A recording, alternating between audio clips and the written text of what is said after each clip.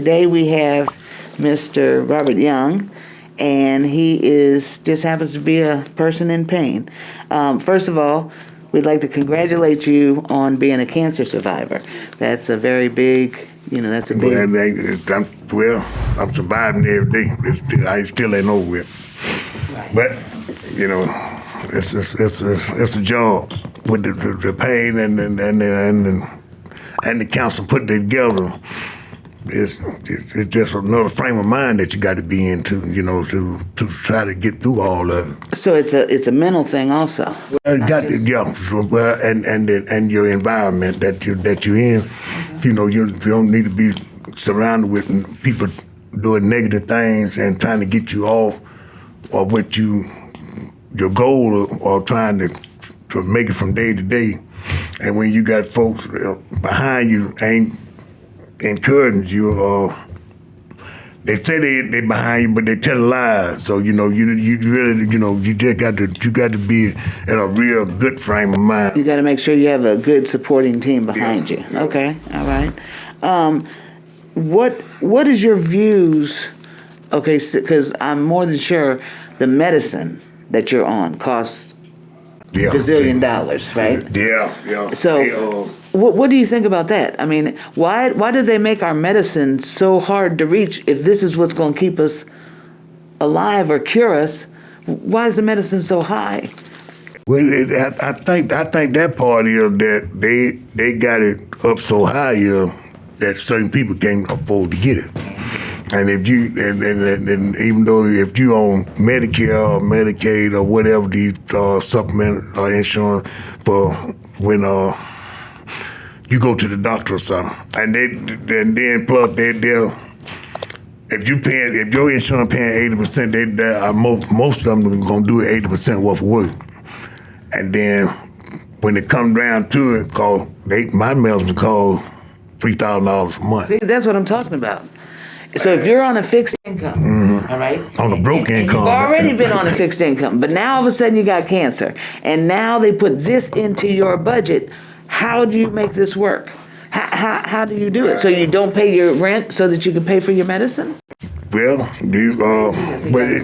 then they got some programs and grants and stuff that you know at as CTCA. Cancer Treatment Center of America, uh-huh. They got a lot of programs and stuff that you can apply for. Okay. And if the medicine costs that much, you'll go through your insurance company and they'll deny it. And then instead of them, they don't stop right there. They reach out to other people, like it's about like that wall over there. You got the people in hungrier that the people that escape from the wall, they ain't got no money for medicine and all that, but they got people to come from the outside fixing stuff up. So you got rich people writing off stuff. Right. Okay, I got you. All right. Well, we'll be right back. We're about to go to a station break, and we'll be right back. The question I'm asked most is about crypto and people wondering if they should care about it. There is so much disinformation that it is hard for anyone to know about this new asset. But that's what cryptocurrencies are, assets. And assets put money in your pockets. So better learn about crypto. See, when I talk to my crypto mentors, the smartest crypto guy I know, he said crypto is what the airplane was in the 1930s. What rock and roll was in 1950s, what the internet was in the 1980s, and what the smartphones was in the 2000s. In other words, crypto is one of the biggest, most innovative movements we may have ever seen in our lifetime. And that's simply because crypto is going to change money. So what do you think? Should you take time and energy to learn about something that is changing money, and then changing money changes our whole life, society, and culture? Well, imagine what happens if you don't. You could lose everything you've been working for. Now imagine you do learn. You are lucky to be alive because you are on the birth of a new asset class. And that's like being alive at the Big Bang creation or the birth of gold. See, the problem is the media is not honest about it. that this asset is so new that it is growing daily, and it grows and it changes and morphs and spiders in so many different directions. You can't use the news to keep you informed. That's why I use successful mentors and coaches. Cryptocurrencies are one of the secret weapons for the front line of currency wars.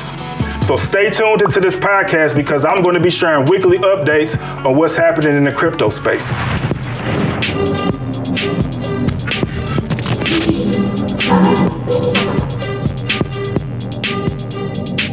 All right, so we're back. All right, and we're here still with Mr. Robert Young. What would you tell someone about, what would you, someone who's new that, had their first accident, either from playing football or driving a car or whatever, what would you tell them about going to a pain clinic? What would you say? What would you say to someone? Well, it really all depends on what's wrong with them, going to a pain clinic really is to regulate your medicine. It ain't for, it's a pain clinic, but it's for to regulate your pain. So they give you certain types of medicine to regulate your pain. And most of the time it's in a high volume of the type of medicine that you need. And a lot of people are saying that you don't need that kind of medicine, so they won't throw it on the pain clinic like they're doing something unnecessary just for, try to get money. But a pain clinic really is to regulate your pain. That if you get too far gone, a pain clinic will pull you back in and put you on some different type of pain, like a methadone or something, to get you off that real heavy drugs or whatever that got you, that you think that ruining your life. Right. So by just going to a regular primary doctor, see, he knowing what he doing, but a pain doctor is mostly the anesthesiologist, and they like putting people to sleep, so they regulate you while you're having surgery. So they regulating your pain by putting you to sleep and keep you under until the doctor get through. So it's just like, it's the same thing when they come to a pain clinic. The doctor gonna get your papers and go over it. Then he'll come and talk to you. Then he gonna examine you, and then he gonna put you on the type of medication that he think that gonna suit your pain. And you got to, and if it ain't working, then y'all, it's just like going to the council thing. You go back in and they have to reevaluate, adjust your medicine up or down, and you might wake up shaking, acting a fool, or this, that, and that. But yeah, Right. you have to keep up with that. And so you can tell the doctor, or you can call the doctor right then and tell them the medicine, something you ain't feeling right. So what can you do for this? And 9 times out of 10 they'll call you in something opposite that whatever you're talking about, but they ain't gonna, you can't call me talking about this ain't working, then they gonna call you whole nother script in. Well, that's a lie, so you might well don't even try that. Right. That's right. Okay. Okay, and let me ask you a question. So, talking about pain, do you look at pain as a punishment? No. I don't either. Because I had sick back surgery, and they took out my Ep.1 and put in a plate, 4 rods and 4 screws. Right, I got 4 rods and 4 screws going, and a plate going from my Ep.4 and Ep.5. That's a type of fusion they done. They took all the meat out in between my bone and fused it together with the iron and the rod, with titanium screws and stuff. Okay. So and when you go have the surgery, the doctor gonna tell you is I might not be able to fix the problem. No, I'm going in to fix the problem, and I ain't gonna say that you're gonna come out and you ain't gonna have no pain the rest of your life. So I'm just going in to regulate what's going on, scar tissues or whatever, or you have arthritis pain or whatever. So he'll tell you that. And so after the 6th surgery, that's when they put the screws and stuff in. And I was just glad to get up.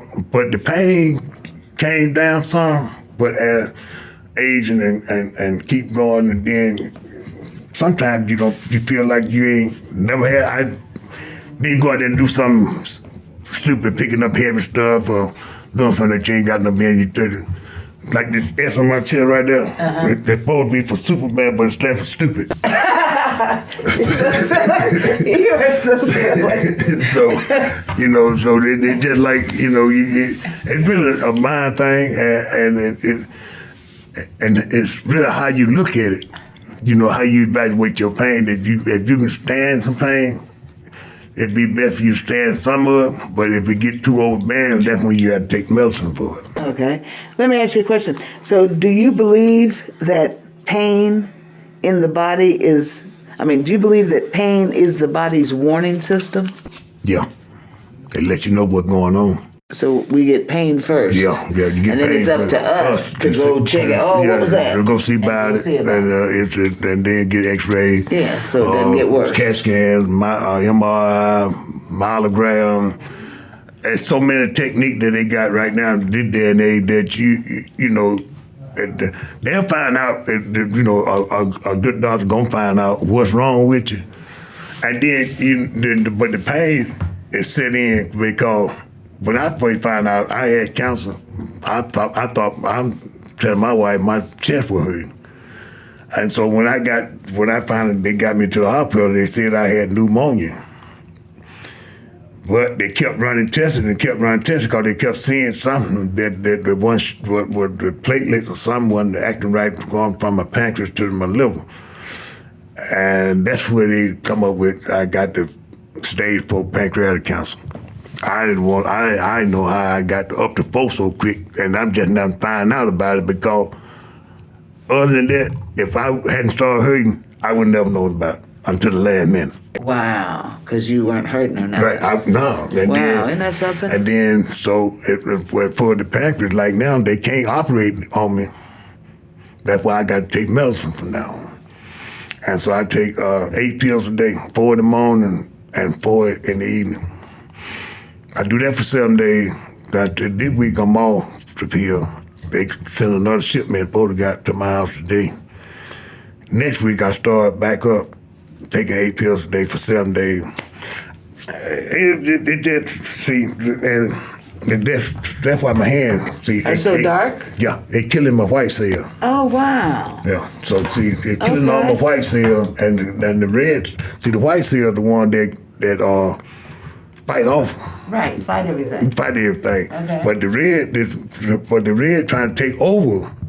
Okay. The red cell taking over, so the white cell working extra hard. Okay. So when they put the medicine in, the medicine is to try to kill off the red, but hold the white cell back. So when they get the red cell down so low, then they'll turn the white cells loose, and it'll cover back. And clear all the red. Try to cover a little bit whatever left over. But it ain't left over, but Right, okay. The technique, like I'm sitting there talking like I'm a doctor. Right, I hear you. Look, and I was like, wow, yes. But that means you're listening to what they're telling you. That's how you're able to speak it to the next person. Well, you listen to what you tell them, but this ain't no game. No, pain, or regardless of whatever type it is. A lot of people use that like this a game, Yeah. You have to run to a pain clinic, Right, you can't find no job, go to a pain clinic. Right. So what the hell, we ain't working up here. Right. So, Exactly. It's a different frame of mind. And then it hit me at 65 when I was acting a damn fool. Looked like I did everything but died. Now I'm trying to live now.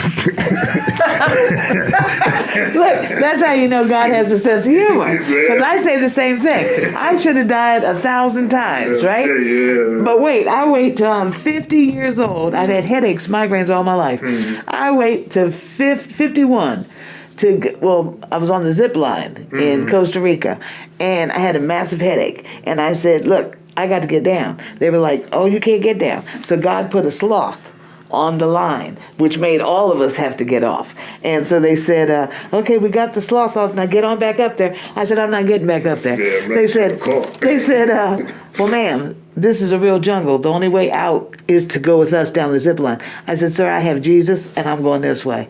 And I walked through the jungle because I knew if I'd have got back up there, I'd have died. I'd have had some kind of stroke because my head was hurting too bad. I was scared. That's right. And plus, I was scared up there. Yeah. So I just couldn't do it.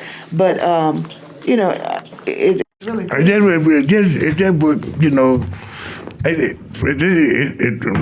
saying that you did everything, but it's just a real figure of speech because because we had to raise kids, we had to raise children. Now I got grandkids, but I had to raise. I had to help either.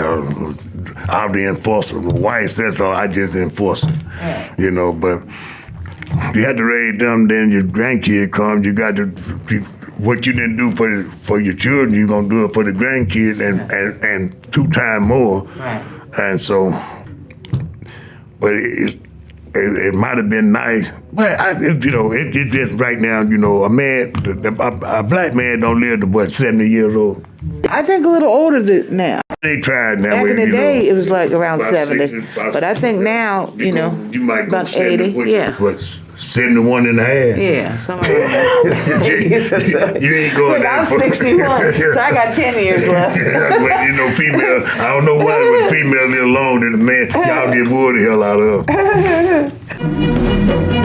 Solid State Studio is known for being a safe, diverse, and creative place to vibe. There is so much to see and do. So we're going to take you through Area 51, the ultimate meeting room. Equipped with an interactive whiteboard, state-of-the-art computers, and VR capabilities, perfect for gaming or training. Area 51 is the best place to host meetings and stream content. In addition, it offers video and music editing for any of your projects.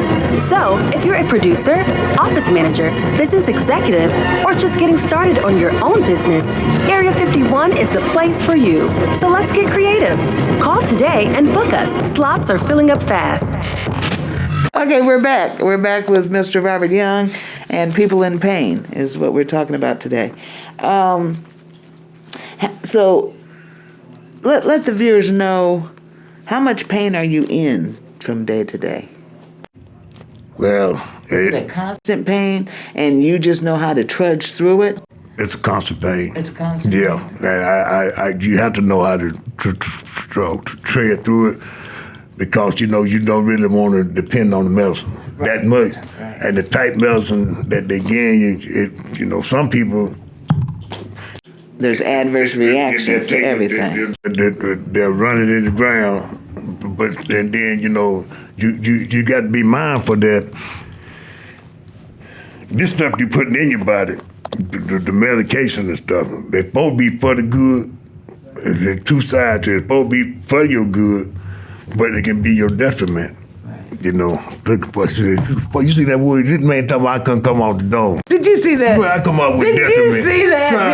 I'm telling you, man, that is good all the time.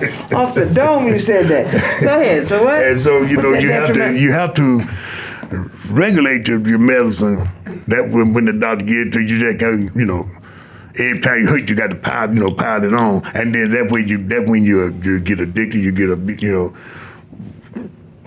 you're abusing it, and then you get addicted, and then you do something stupid, then you get cut off, then you is out there shaking, and you're on the synthetic heroin, then you're on TV talking about, the FDA and all the other folks need to regulate it. No, you need to regulate it because you don't went out there and think you having a party. Right. Because, when a lot of folks, man, this right here, when you go around people, if they drink it, they glorify it. You go around folk doing drugs, they glorify it. Oh man, I had a good time last night. Well, you had a good time killing your damn self. Right.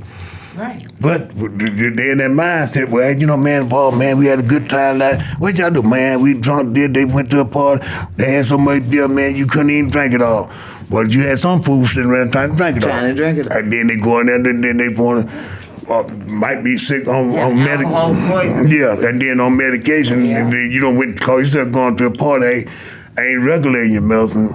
Or trying to, do the right thing with the medicine. Yeah. It ain't just getting to you. It ain't for no good feeling. It's for to stop pain. Right. And once you get in your brain, because your brain pain, it started here and then it run up to your brain. And then your brain gonna take so much and it'll probably shut down and go tell you you're hurting too bad, you need to go sit down somewhere. But if you looking at, it's all the way you're looking at life. So I've been doing it for a long. I started working I got hurt in 1984. That's when I had my first surgery in 85. I got my last surgery in 2015. Wow. And so I've been taking, on and off medicine for damn near 40 years. But I'm taking it for pain. I ain't taking it. Got For a lot a of good folks. time. You ain't Yeah, taking a it lot for of a folks good want to time, take it for. Don't even know what the hell they taking it for. Don't know what the hell they feeling. Right. Well, how they supposed to feel? Right. What you taking it for? Oh man, do this. I said, well, how you supposed to feel? But these things made me go sleep. They do the same damn thing for everybody else. So you just addict. But you don't want me to tell you that, bro. Yeah. But don't ask me, cause I'm gonna tell you. Yeah. And then I have one last question, and this is a big thing here. The people judging you when you go to the hospitals, when you go to the different clinics and stuff.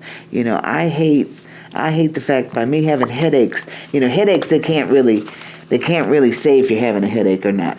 So because of that, they try to say, "Oh, you're just a junkie. You're just coming in for narcotics." Yeah.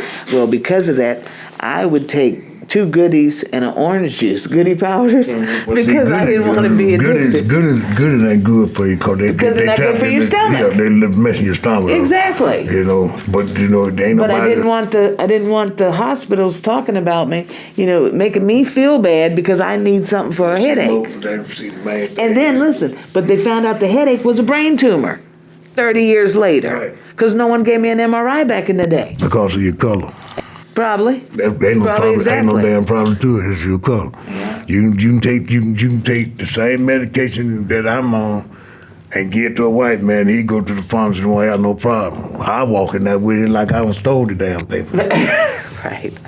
So and then plus it's a commercial on TV where the black dude was showing the child how to throw a ball or something, and then he said, I don't want my child to grow up that people don't believe that because he black, he really ain't hurting.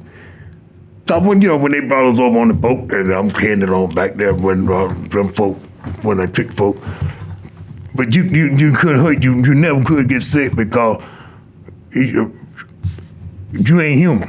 Yeah, you had to fight through the pain. You just like It's just like the white man done bought you the wrong thing. You supposed to do it work, and if you hurt, you keep on working until you work yourself to death. Then when you down to your last leg, then they'll take you to their doctor, and then But for it being a black man or a woman, it's more harder to convince the damn doctor. Like you said, that you really sick. I ain't playing. Right. But you have some people that make it bad for other people that really sick, going there acting a fool or don't, going there tell a lie, and then they make it so bad for the generation coming on up behind them. They don't mess that up so bad, right. And then when you go in there and really sick, then they go talking about your generation, you supposed to have thick bones, thick blood, and you supposed to recover from anything. Right. But it mostly come down to colors. You got some that, after, like you said, after they don't put you through hell, that when they're fine, and then they want to go to cutting on you. Yeah, and taking that's shit the out. next thing. They want to cut. When you could have did that and they left everything in there. Yeah, that's the next thing, because that's like my brain tumor. I gave it to Jesus because I said, God, you have a sense of humor. I didn't go through all this rigmarole that I went through in my life for this to be my demise. Not here, not now. Yeah, that's what same thing. So I gave it back to God. I said, you fix it. Because but sometimes, they said, but for Lord, I love him to death. That's he brought me through a lot, but they said, if you can't handle it, lay at that God's feet. But being a human, you go back there and pick it up 30 Don't times. take it up. Leave God it alone. said leave it there He and said then leave walk it off. there and walk off. That's the bitch. I turn around before I get to that door and try to pick it back up. Come on. Not me. He told me leave it and I've left it. I'll pick it up in a minute. It's been 11 years for me because they diagnosed me they told me I had, I went in December 20th and they told me by Valentine's Day if I didn't have the surgery I'd be dead. And that's how the doctor talked to me. I was like, what? I said, sir, you can't give me no deadline. Yeah. You know? Yeah. Well, that's what they do. And so when I went through this thing, you know, they said they couldn't operate on it. And so that's when they hit me with the chemo. My chemo ran 3 days. I did a day in the chair with the medicine running through the port right here, and 2 days with the bag. You seen that bag I told you? So that was medicine going in me for 2 days. Okay. The day after I come out in the chair with the chemo, they hooked the bag up. The medicine run that day, the rest of that day, the next whole day, and about a half a day the next day. So it'd be 2 days. So it's 3 day chemo. Right, okay. And now it's every day chemo, every other week. Okay. And so I'm supposed to go back next month. They gonna do a CAT scan. Last one I did, it was so small they seen spots on my liver. It was so small that they couldn't detect it. Wow. So that's why they call themselves changing. But I got to adjust to the medicine. With the pain, adjusting to the medicine, you know, because a lot of the stuff that they were looking for to happen, thank God that it hadn't happened to me. Throwing up, losing weight. I had thought losing weight, but I picked it back. I'm up. I was 230. Now I'm up 253. All right, look at you. Yeah, that's eating all damn day and night. You know, get something to eat on, you know. so yeah, that's how that go right there. Yeah. Then you know, you thank God for what He done did, and then after I raised so much hair around the house, so my wife, she just, I don't know. Sometimes I want to go in there and apologize to her, and sometimes I say, hell no, because if I do that, you think I'm weak, so. We're gonna have another podcast on that, okay? I throw some bombs over there. She need a vacation. Well, we're gonna talk about that in the next one, because that's a good point that you just made. But we'd like to say thank you all for joining us today on People in Pain. And this is Mr. Robert Young, and I'm Dawn Johnson. Thank you.